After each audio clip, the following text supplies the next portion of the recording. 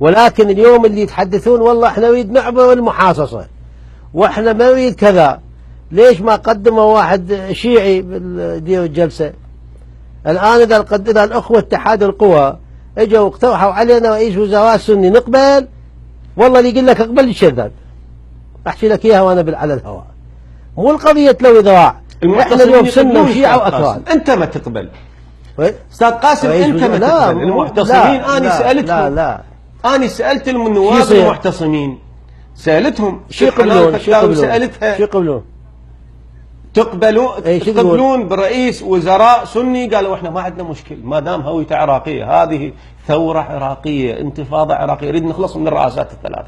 بدر موقفها عجيب غريب، موقفها موقف هذا العامري. شنو عجيب غريب؟ العامري موقف اخي احنا كتله ابد، بالعكس موقف بدر موقف حكيم انقذ العباد والبلاد في العراق.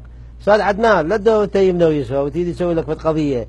احنا كل من يقول لك يجيب رئيس وزراء من غير الكتله الاكثر عددا، هذا اسمع ولا تصدق، اسمع ولا تصدق، ما ممكن يعني.